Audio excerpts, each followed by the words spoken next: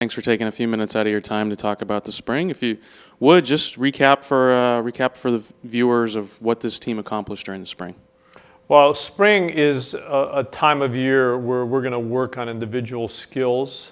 And then when we get into the team phase, that's the 6-week team phase, we want to get better. And we certainly did that from our first match against the Ducks in Eugene to our last match against the Ducks. There was considerable improvement. And things we worked on serving the ball with pace and velocity, and that means that we're getting at least 4 or 5 kids that are serving 40 miles per hour or higher, and that really showed when we beat the Ducks here in Corvallis in the last match of the year. Secondly, we really worked on timing with our middle attackers, and then a variety of shot making on our outside hitters.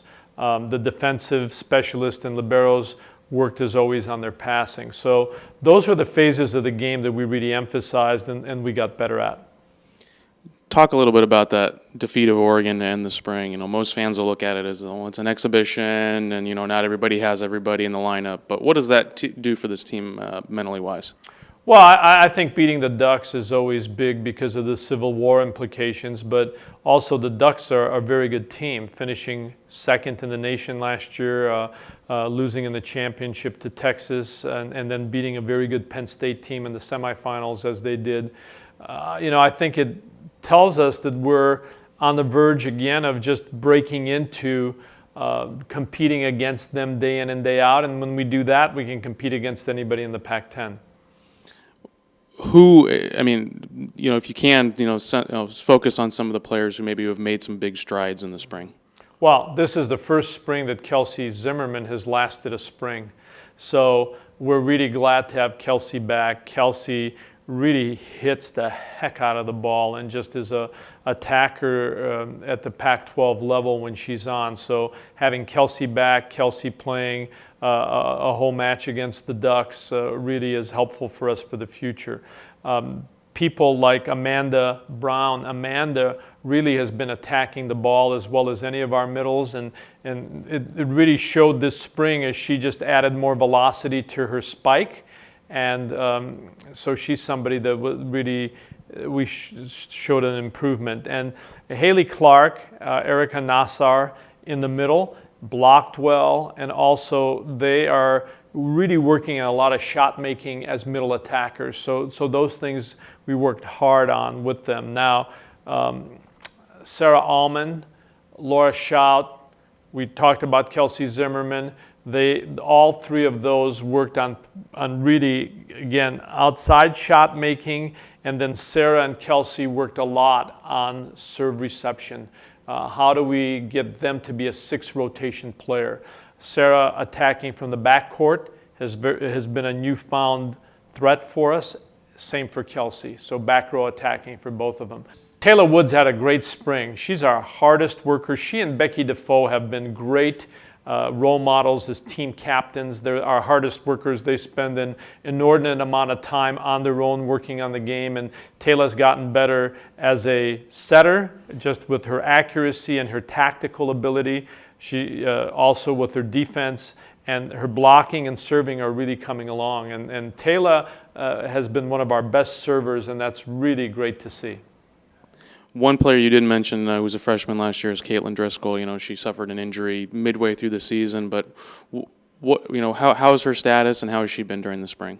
Well, Caitlin has had a slow recovery. This is her first major injury, but she now is doing everything other than playing 6-on-6. She's not been released to do that, but she's been attacking the ball. She's been blocking in a controlled setting. We feel she'll be 100% by the time fall rolls around, but it's still something that we're concerned about because she's not had a lot of play in the spring. Then the other is incoming freshman Rachel Buhner's been with us. She's also recovering from the ACL. And the other injury has been Allie Rogers. She just has been cleared yesterday on May 20th, so that's a long time from September to May, so we don't know her status at all. I want to mention also the DS liberos. Great improvement in Darby Reeder.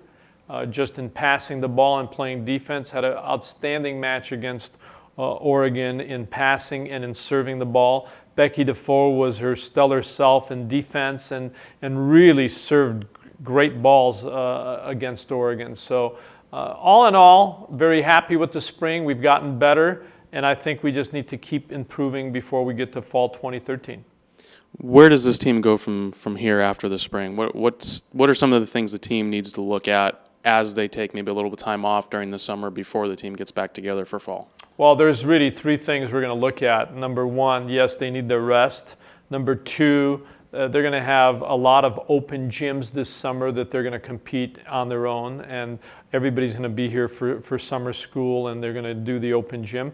They're going to condition to get that base of conditioning for themselves so that they're strong coming back.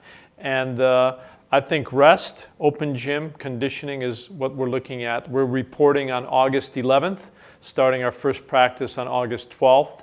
All of them will be back for our summer camp that we have, the OSU volleyball camp, and there'll be instructors at the camp between July 12th and July 20th. You mentioned Rachel Buhner as one of the newcomers, and you also have three others who will be here in the fall. Can you talk a little bit about the incoming players to this program? Sure. Well, first is Amy Sorensen. Amy is a all-around player. She's about 6'1". She's from Utah. She's a junior college transfer. She has 2 years of eligibility. We feel that she's going to add to that whole depth on the outside, and doesn't need to then push us to have Caitlin back right away. Here's somebody that we're going to have in practice all the time. Next, Carlotta Oggioni. Carlotta is the wild card a little bit. She's on a very good team in Italy. She played on the youth national team for Italy. She's a very, very good setter.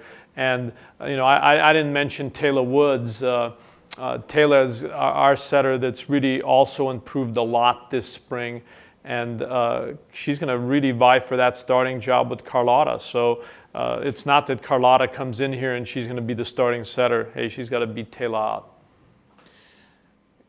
And one more question for you. Obviously, it's still in its infancy, but the Pac12 Network's played a big role in getting a lot more exposure for this team and for this conference. What did it mean for you and for your club to be on TV so many times this past season? Well, I think the Pac12 Network's done a great job exposing the sport of volleyball.